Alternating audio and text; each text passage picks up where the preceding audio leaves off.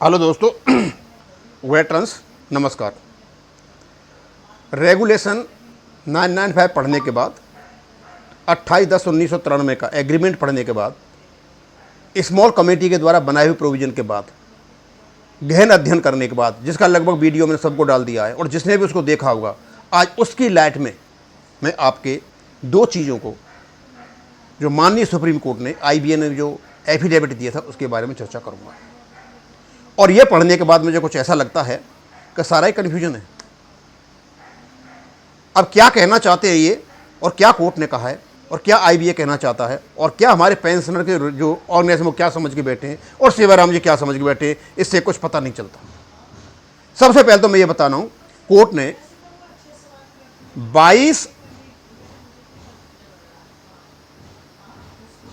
30 जनवरी 2022 को एक order pass किया। उस ऑर्डर में कुछ वर्ड लिखे।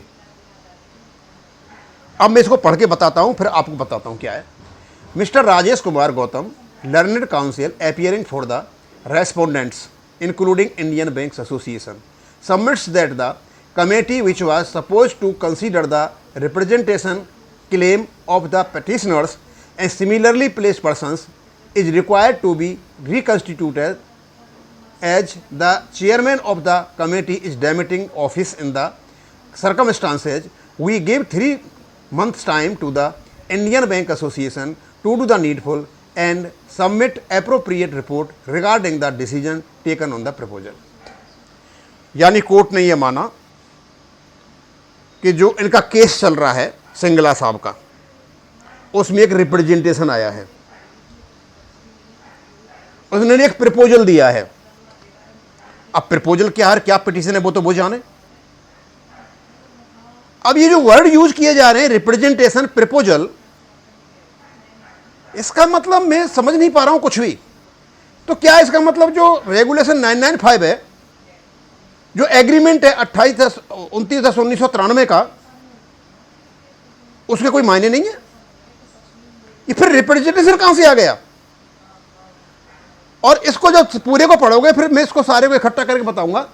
If the final decision can not be reached, the Indian banks association must submit internal report before the next day and let 3, और इनको 3 महीने का टाइम दे दिया जाता है। उसके बाद IBA UFB के साथ मीटिंग करता है और मीटिंग करने के बाद एक एफिडेविट तैयार किया जाता है। उस एफिडेविट में क्या कहा जाता है, जब तक उसको नहीं पढ़ूंगा, जब तक इसका रिप्रेजेंटेशन का मतलब समझ में नहीं आएगा। Affidavit that there is no provision in pension regulation 95 for any updation in the pension of bank employees and officers. एक तो चीज ये है भैया, उसमें कोई अपडेशन नहीं है। तो इसका मतलब ये हो गया कि ये जो आप रिप्रेजेंटेशन की बात कर रहे हैं, प्रपोजल की बात कर रहे हैं, और जो आपका रेगुलेशन बना हुआ है 28/10/1993 एग्रीमेंट के आधार, उसको पन्ने खुलवाना चाहते हैं, यानी फिर दोबारा प्रपोजल देना चाहते हैं। भैया वकील साहब इस प्रकार की बात करेंगे और कोर्ट ने इस प्रकार का आदेश निकाल दिया। शिवराम जी आप क्या कर रहे थे? आप ये नहीं कह सकते थे कि ऑलरेडी एग्रीमेंट हो चुका है, ऑलरेडी इसमें अपडेशन है। 1995 से पहले 35.1 में ऑलरेडी अपडेशन कर रखा है। वो अपडेशन कहां से हुआ? और बाद वालों के लिए कोई जरूरी नहीं है उसमें लिखा होता, क्योंकि CCS रूल्स पर आधारित हैं, और CCS रूल्स में कोई भी पेंशन अपडेशन रिवीजन नहीं लिखा हुआ है। वो ऑटोमेटिक अंडरस्टूड है, और वो पेंशन रिवीजन के साथ ही वो इनहेरेंट है, अंतर्निहित है, साथ में ही होगा। पहले का जवाब तो ये। अब दूसरी बात और आती है इसमें एक। अब मुझे पता नहीं कि ये पेंशन अपडेशन का जो क्लॉज पे पड़ा हुआ है, इनका जो रेगुलेशन 995, उसको खुलवाना चाहते हैं, या दूसरी बात और लेकर के आए। ये क्या लेकर आए? Therefore it would neither be appropriate in principle nor would be financially viable for the banks to accept the representation or claim of the employees for updation of pension at par with central government. अब दूसरी चीज और आगे, आप अपने regulation को side में रख दो। अब कह रहे हैं हमारे लिए पॉसिबल नहीं है कि जो सेंट्रल गवर्नमेंट के एम्प्लॉयज हैं उनके बराबर इनको पेंशन दी जाए। तो क्या कोर्ट में सेवाराम जी ने सेंट्रल गवर्नमेंट एम्प्लॉयज के बराबर पेंशन की मांग की है? तो नहीं की है। यदि की है तो फिर ये नया रिप्रेजेंट बन जाता है, ये नया क्लेम बन जाता है, नया प्रपोजल। नहीं की है तो आईबीए ने यहां इसको क्यों डाला? पहले तो ये कहना कोई रेगुलेशन में है ही नहीं अपडेशन। अपडेशन है सर, 35.1 में 1995 से पहले आपने अपडेशन किए हैं, एक तरीका दे रखा है, आप कैलकुलेशन देख लीजिए। रही उसके बाद के बालों की बात, लिखने की जरूरत नहीं थी, वो अंडरस्टूड था। पेंशन के साथ ही चलेगा, पेंशन के साथ रिवीजन होगा। जब जब पे कमीशन आएगा, बेस सेटलमेंट आएगा, उसके साथ में पेंशनर्स का भी पे रिवीजन होगा। ये अंडरस्टूड है इसमें। अब इसको मैं समझ में नहीं आता कि रिप्रेजेंटेशन बनाया किस चीज का है। इन्होंने रिप्रेजेंटेशन 995 का बनाया या इनकी पिटीशन में केंद्रीय कर्मचारियों को बराबर पेंशन देने का कोई प्रपोजल दिया? तब तो प्रपोजल है, कोई रोक नहीं सकता, प्रपोजल नया प्रपोजल है। लेकिन यह कहना कि उसमें प्रोविजन ही नहीं है 995 में, तो उसमें प्रोविजन है पेंशन अपडेशन के, ये आईबीए का सरासर गलती है। आगे, और यह सारा निर्णय यूएफबीयू के साथ मिलकर के लिया गया है। Central government employees, pension in the banks is paid out of pension funds created out the bank contribution to the PF, whereas in respect of central government employees the pension is paid not out of pension fund but is treated revenue। ये तो फालतू की बकवास किया, कोई sense ही नहीं है। मतलब मेरी समझ में ये नहीं आ रही है कि जब पेंशनर्स मांग ही नहीं रहे इनसे सेंट्रल गवर्नमेंट के अनुसार, वो तो 10 साल में होता है उनका, ये तो केवल आरबीआई के अनुसार मांग रहे हैं या बेस सेटलमेंट जैसे होता है उसके साथ मांग रहे हैं, 5 साल में होता है। तो ये क्लॉज कहां से घुसाया?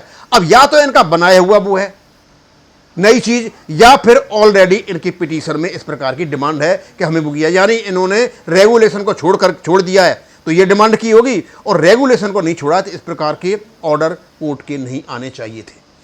दूसरा, इन view of the foregoing it would neither be appropriate nor possible for the bank to consider the request of the representation or claim। अब हम तो यही समझ में नहीं आ रहा कि आखिरकार ये रिप्रेजेंटेशन है किस चीज का, ये प्रपोजल है किस चीज का, ये क्लेम है किस चीज का।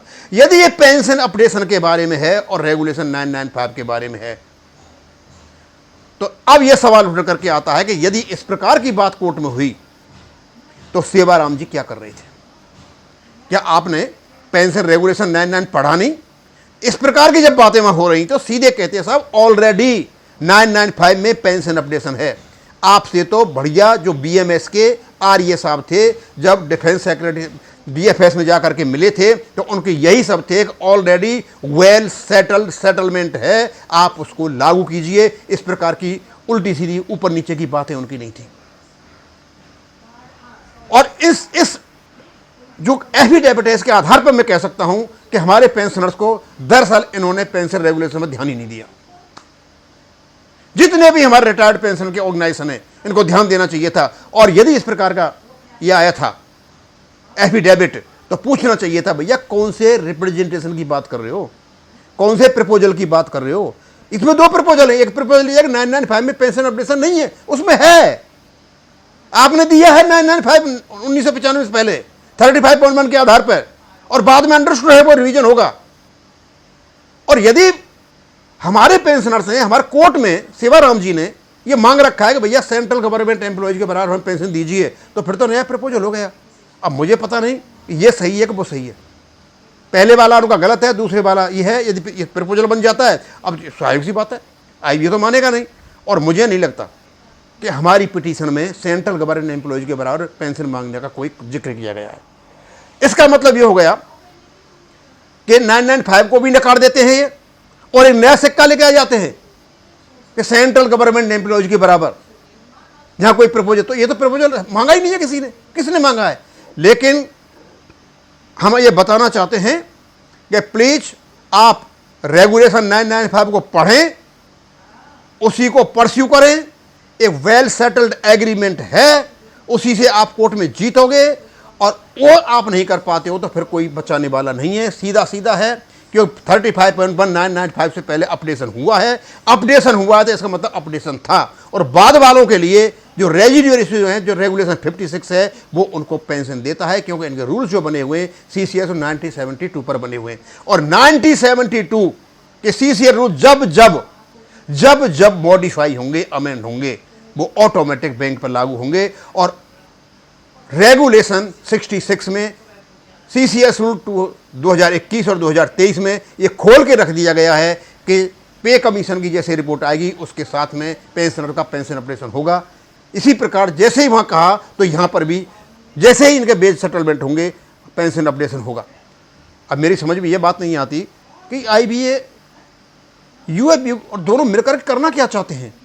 भैया इसको पढ़ो और पढ़ने के बाद पता चलेगा कि एक्चुअली हुआ क्या है, और जो चीज़ें आएंगी हम बताएंगे। ये तो एफिडेविट क्या है, ये तो कोई रिप्रेजेंटेटिव वाली बात हो रही है, ये तो कोर्ट का केस ही नहीं रह गया, ये तो कोर्ट का केस ही नहीं है।